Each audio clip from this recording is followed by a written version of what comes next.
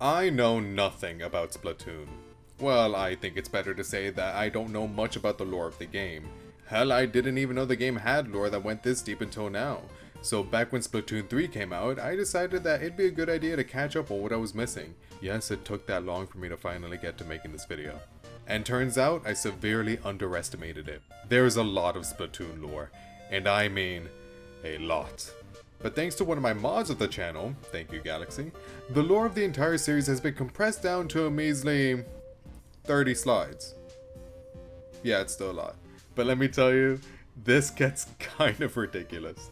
So let's get to it. And if you enjoy what you see, make sure to hit the like button, subscribe, and I'll see you in the next one. There's lore to this game? Apparently so. And it goes much deeper than I thought. The human era, around 12,000 years ago.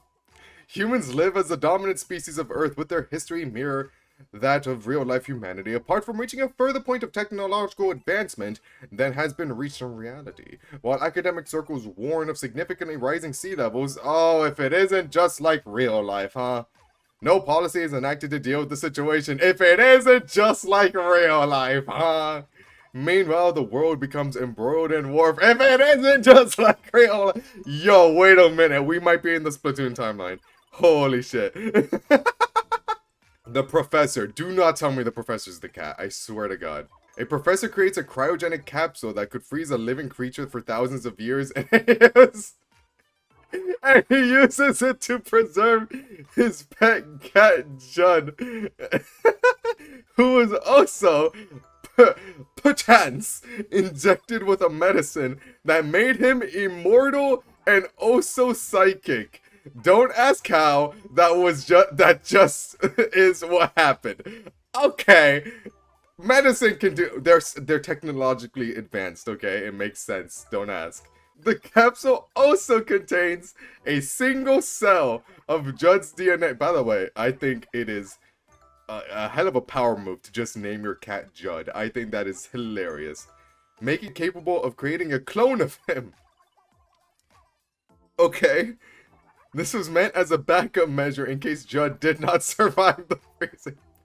So there is a chance your cat died? What the fuck, dude? Why would you do that? For science! As well as to prevent Judd from being lonely after he awoke from the capsule, and it's just the little guy.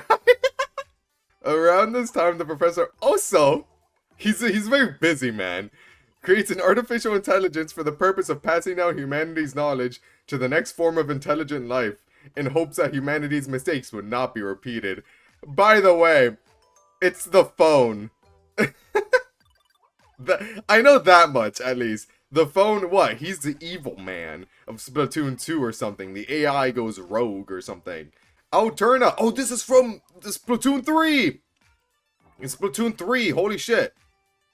A series of natural disasters caused the extinction of almost all life on the surface of Earth, as it happens. Okay.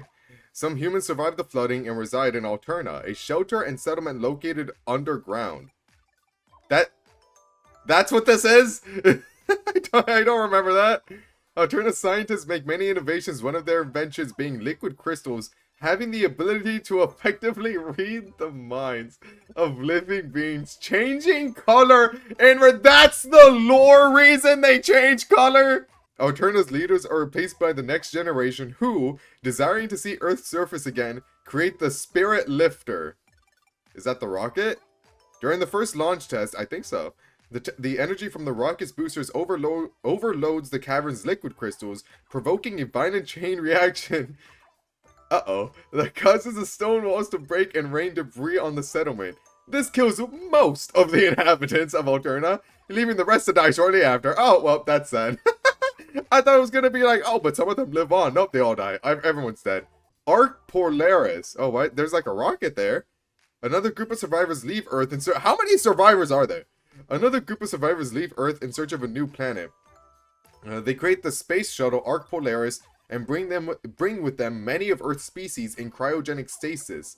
Oh, I skipped a box? Oops, my bad. Some of the humans would also create similar domes to... Oh, that's important. Some of the humans would also create similar domes to Alterna, but none of them survived. Not as important. Everyone's dead, dude. When trying to reach the edge of the solar system, the Ark Polaris is damaged by debris, damaging its navigational system and forcing the crew to go back to Earth. What god is there? And why must you hate humans so? They try to leave, but God forbid they're even allowed to do that. Like, I'm sure some of them, like, it's not even their fault. Maybe they tried to stop the flooding, huh? But no, they're just forced to go back to Earth. They don't even land. They're like, oh, that is so fucked. They're like right between leaving and staying on Earth. You can't have both, by the way.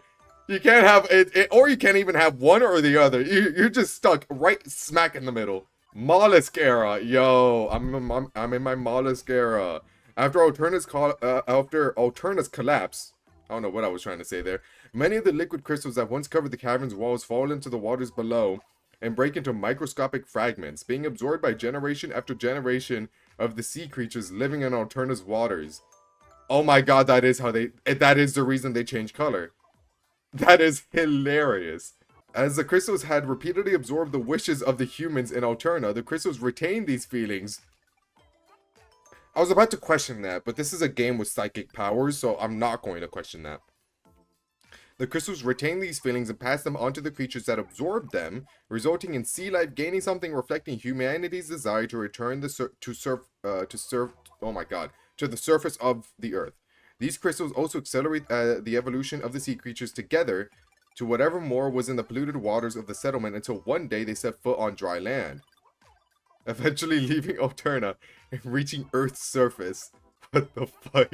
The region surrounding Alterna eventually becomes known as the Splatlands. Oh my god! There's squid hieroglyphics, and there's Judd, there's the cat. Sea marine evolved creatures and reach the surface from Alterna's facilities. Oh my god. And begin a fast expansion throughout the world. At the same time, a squid is born with unique characteristics. The squid is considered a prophet by their fellow squid for numerous revelations they share, and eventually comes to be considered a progenitor to the modern-day inkling.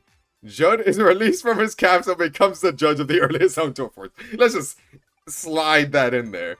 That's important. Oh my god, please tell me this is real and not fan-made. It's official. Oh my god. The Great Turf War craters. Damn, what caused that? Did they drop like ink bombs? What happened here? Ink nukes? is there like no, I wouldn't even put it past this game. Is there like an inkling version of like the bombing of Hiroshima? The Great War. Oh my god, is Judd a mass murderer? Around 100 years before the events of Splatoon, sea levels rise again. They can't catch a break, huh? Forcing the Inklings and Alcarians in Acadia to fight over the remaining dry land. Around that time, the Alcarians build the Great Octo weapons, artillery of mass destruction. It is implied that the Splatlands were not affected by this flooding in the same way, due to the three lights that appeared and consumed the disaster. Those three lights were the result of the members of Deep Cut ancestors. As a result, the Great Turf War does not appear to have affected the Splatlands, at least not to the same extent as Acadia, and Inklings and Alcarians in the area seem to have remained at peace with each other.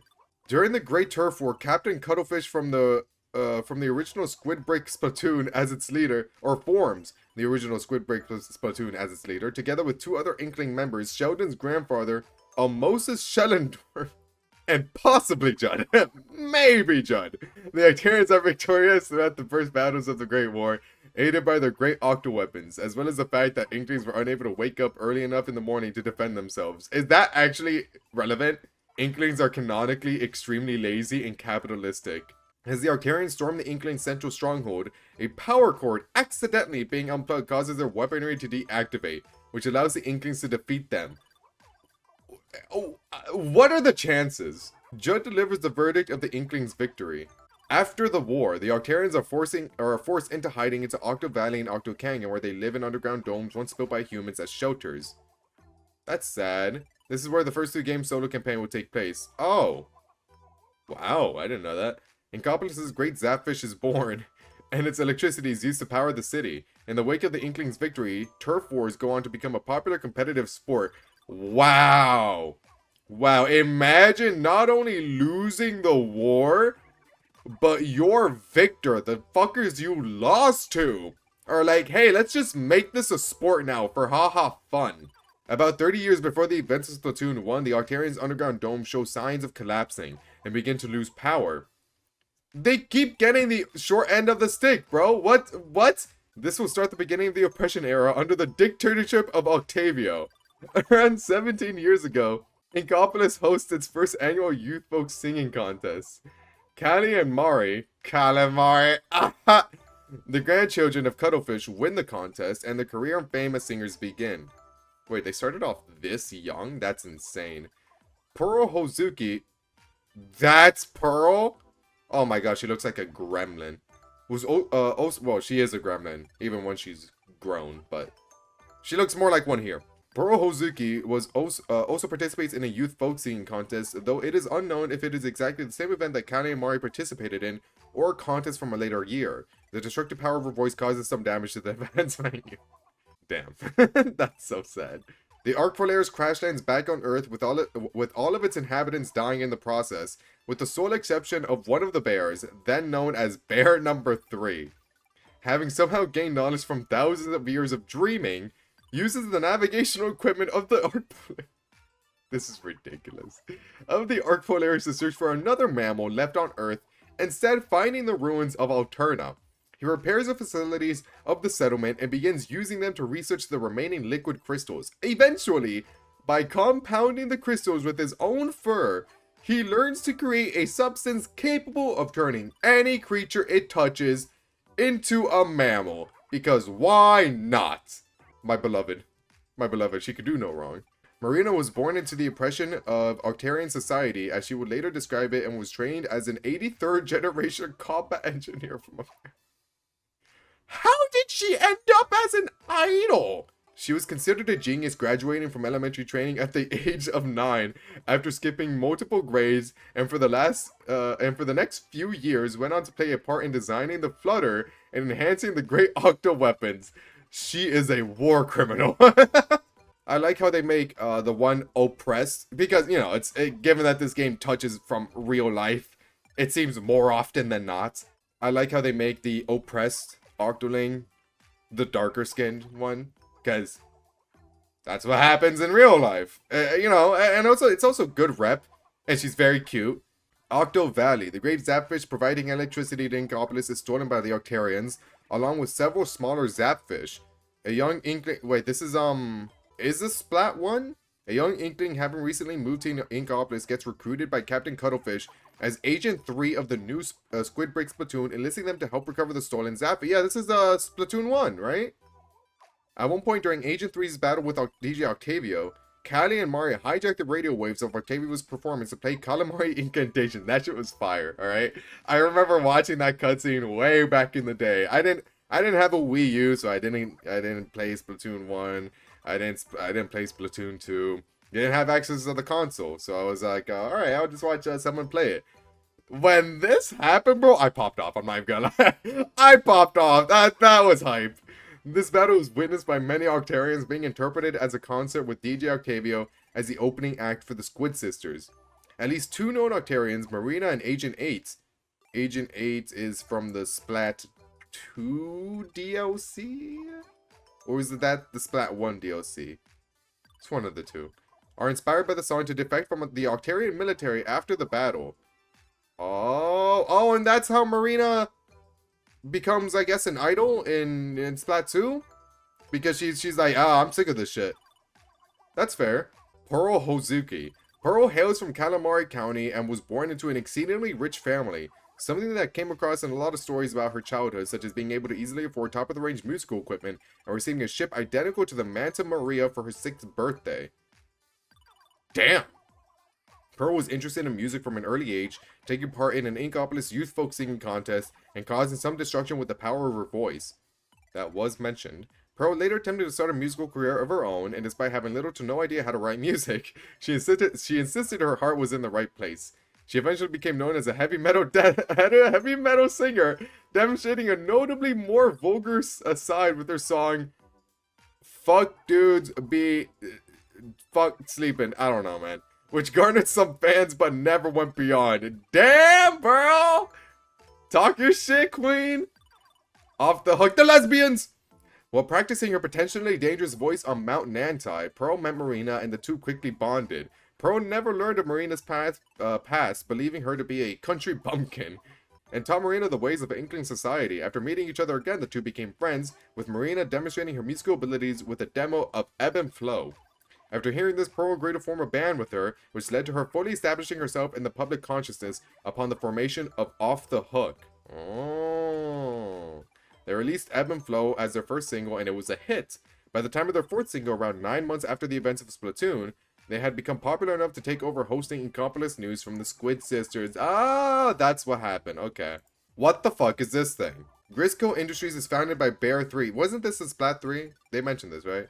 Now known as Mr. Grizz, for the purpose of acquiring the golden eggs that were to be used to power the Spirit Lifter, which also had an unknown role in the creation of fuzzy ooze. The golden eggs can be used as a high performance energy source used by the industries of Inkeria and the Splatlands. They belong to the the Salmonids, a species of barbarians who value the art of war and the honor of death as part of their culture. So literally just fish Vikings. Got it. The Salmonoids aren't a main element of the plot yet, so I won't go into detail about their culture. They have a culture? Just know that they make some fucking music and have a business trade with the Octarians where they exchange golden eggs for Octarian weaponry. Are they like the black market of the Splatoon world? Callie and Mari spend an increasing amount of time apart as their careers take different paths following the release of their solo singles.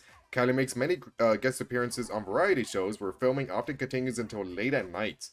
Meanwhile, Mari becomes a frequent guest on music shows in addition to performing solo at live concerts.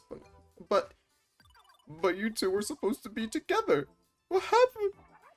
Mari takes a trip to Calamari County to visit her parents, intending to stay for 3 days. Okay. She invites Callie to go with her on the train, but due to having an appointment, Callie refuses and promises to meet up with Mari there the following day. I feel like this doesn't age well. The day Callie is meant to meet Mari in Calamari County, she fails to show up entirely. Mari attempts to get into contact with Callie through her manager by calling their shared apartment, but it is unsuccessful. Oh, they live together. Oh, okay. Mari cuts her trip short and returns to Inkopolis to search for Callie. Finding their apartment empty with no sign of Callie, Mari then goes to Octo Valley, finding Captain Cuttlefish's shack deserted but otherwise undisturbed, with the exception of the snow globe beside it that has previously contained DJ Octavio, having been shattered. Welp! Mari returns to Inkopolis to find that the Great Zapfish has once again been stolen. Man, they can't catch a break, huh? Though the citizens of Inkopolis seem relatively unfazed by the situation, as they expect it won't be long before it is returned. Man, you aren't kidding, they are lazy. In hopes of quickly finding help, Mari goes to Inkopolis Square in hopes of recruiting someone to aid in finding Callie and the stolen Zapfish, leading into the events of Splatoon 2's Octo Canyon. Literally the same thing as Splatoon 1, sorry about that, except you play as Agent 4, a child who was so sick. That's funny as fuck. It's just the same thing. A child who was so studious that they lived isolated from their peers, and now Callie is the antagonist who has been brainwashed with hypno goggles that Octavio is forcing his troops to wear. I don't know how to pronounce that. Kamabo Corporation.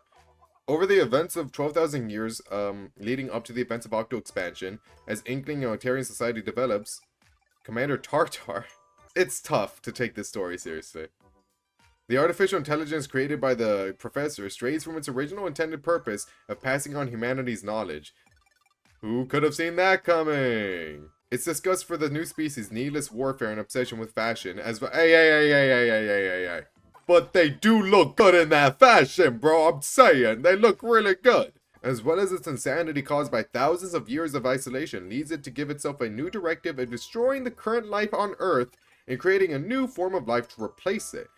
Kamabo Corporation is founded by it for the purpose of acquiring DNA from test subjects to be used to create new life after the planned eradication of Inkling society. This DNA is acquired by blending subjects who complete the tests given to them by Kamabo Co. into a unique kind of ink, which is used to sanitize a number of Octarians. Dead fish. Is their name Dead Fish? Or is this a dead fish? Unseen in-game during the Octo expansion, Deadfish is the producer of the music heard throughout Kamabo Co's facilities. Get your bag, I guess. Before their disappearance, they were a promising DJ who spent most of their days making and mixing songs. They had learned every genre of music, causing their music to be described as mimetic. They are diligent and hardworking, but it is said that they had doubts and conflicts about production, so they let themselves be sanitized to devote themselves to nothing but music. What does sanitize mean? Due to their sanitization, they do not make music considering others, instead letting what comes out of their inner self take form. Sanitization is basically erasing all memories and feelings and making the individual highly influenceable.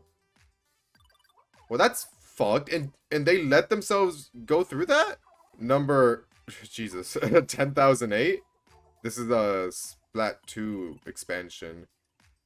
Exactly 10,007 subjects enter Kamabo Co's testing program, though it is unknown exactly how many of these subjects were killed for their DNA. Shortly before the events of Octo expansion, Agent 3 battles an Octoling in Octo Valley. This battle is interrupted when both of them are attacked by an unknown assailant. Agent 3 and the Octoling, along with Captain Cuttlefish, are then presumably captured and taken to the deep sea metro. The Octoling, now having lost all memory, is awoken in an abandoned subway station by Captain Cuttlefish. Cuttlefish calls a truce so that they can find a way to escape together. Cuttlefish nicknames the Octoling Agent 8 as a shortening of their applicant number 10,008. Oh, okay. Small note, the memories of the test subjects have been stored into those little things called mem cakes. It will be important to know for side order. Okay, thanks. Meanwhile, the lesbians. Meanwhile, Pearl and Marina are on Mount Menantai, where they had found a radio that allows them to make contact with Captain Cuttlefish.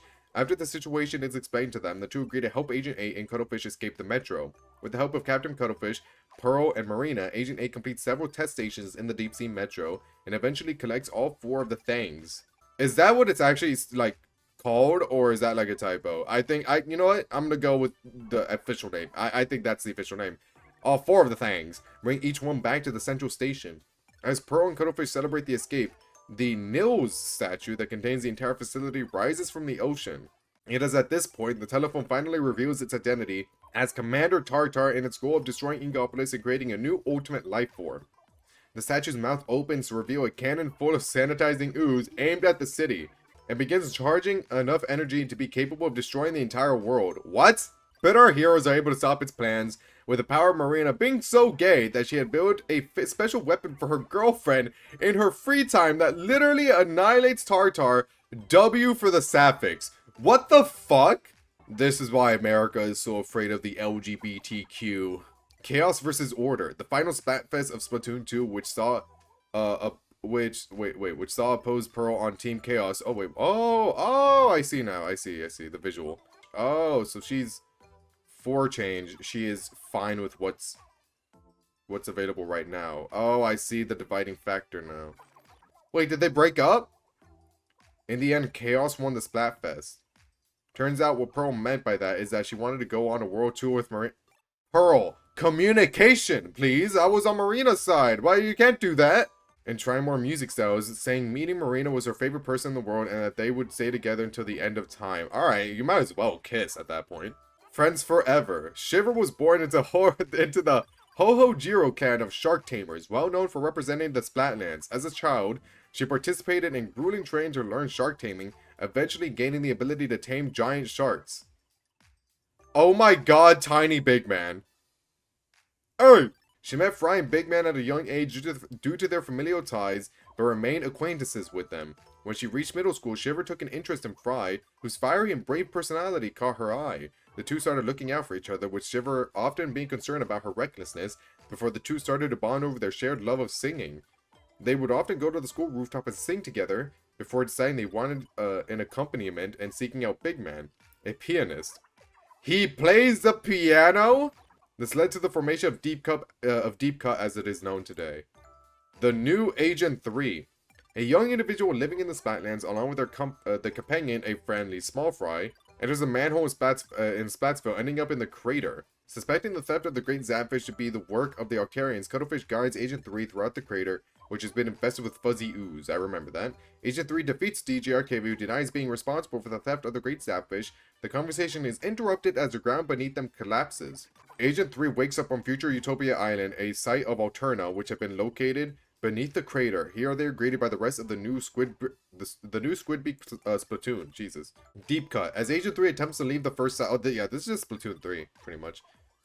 This is all just a Splatoon 3 story. As Agent 3 attempts to leave the first site, Deep cut appear, having apparently followed them into Alterna after their fall, apparently thinking that the new Squid Beak Splatoon is after the treasure located in Alterna. They boast that they are the only ones who may take it before making their exit.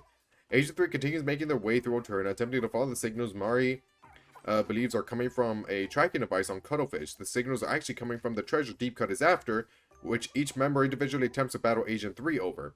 After Agent 3 defeats Fry, Cuttlefish makes contact with the new Squid Beak Splatoon, telling them that he's been kidnapped. Mr. Grizz! After Agent 3 defeats Shiver, Cuttlefish makes contact with them again, but the conversation is interrupted by his captor, who reveals himself to be Mr. Grizz. The call then apparently loses signal. Eventually, Agent 3 defeats Big Man in battle, taking the final piece of the treasure.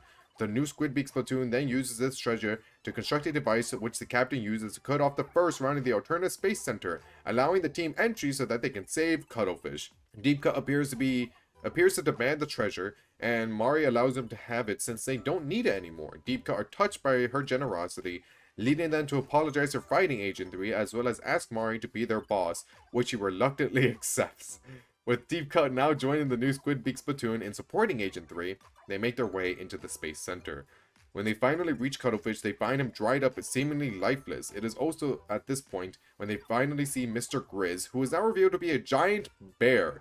Mr. Grizz escapes on Alterna's rocket, ready to use it to cover the world in fuzzy ooze. Deep Cut then appears and assists Agent 3 in getting to space, naturally, where they battle Mr. Grizz on the surface of the rocket. That fight had no right being as hard as it was, by the way. After a certain point in the fight, Mr. Grizz absorbs the fuzzy ooze on the rocket and knocks Agent 3 and Small Fry into space. The two are saved by the sudden appearance of DJ Octavio. My goat! Small Fry is then transformed by the power of the Calamari incantation sang by Deep Cut, becoming a gigantic like the three lights that saved the Splatlands from the floods. Together they defeat Mr. Grizz, who apparently comes to peace with the fact that the world cannot return to the time of mammals in the final moments before he dissolves into fuzzy ooze. Rest in peace. This was the end of the chaos, but now it's time for you to discover what happened on the other side. No way you're reading Splatoon. Dude, it's surprisingly deep. Don't even look. Don't cut it until you try it. Like, it is surprisingly deep. Thanks for viewing. You're welcome. We're done. We're caught up.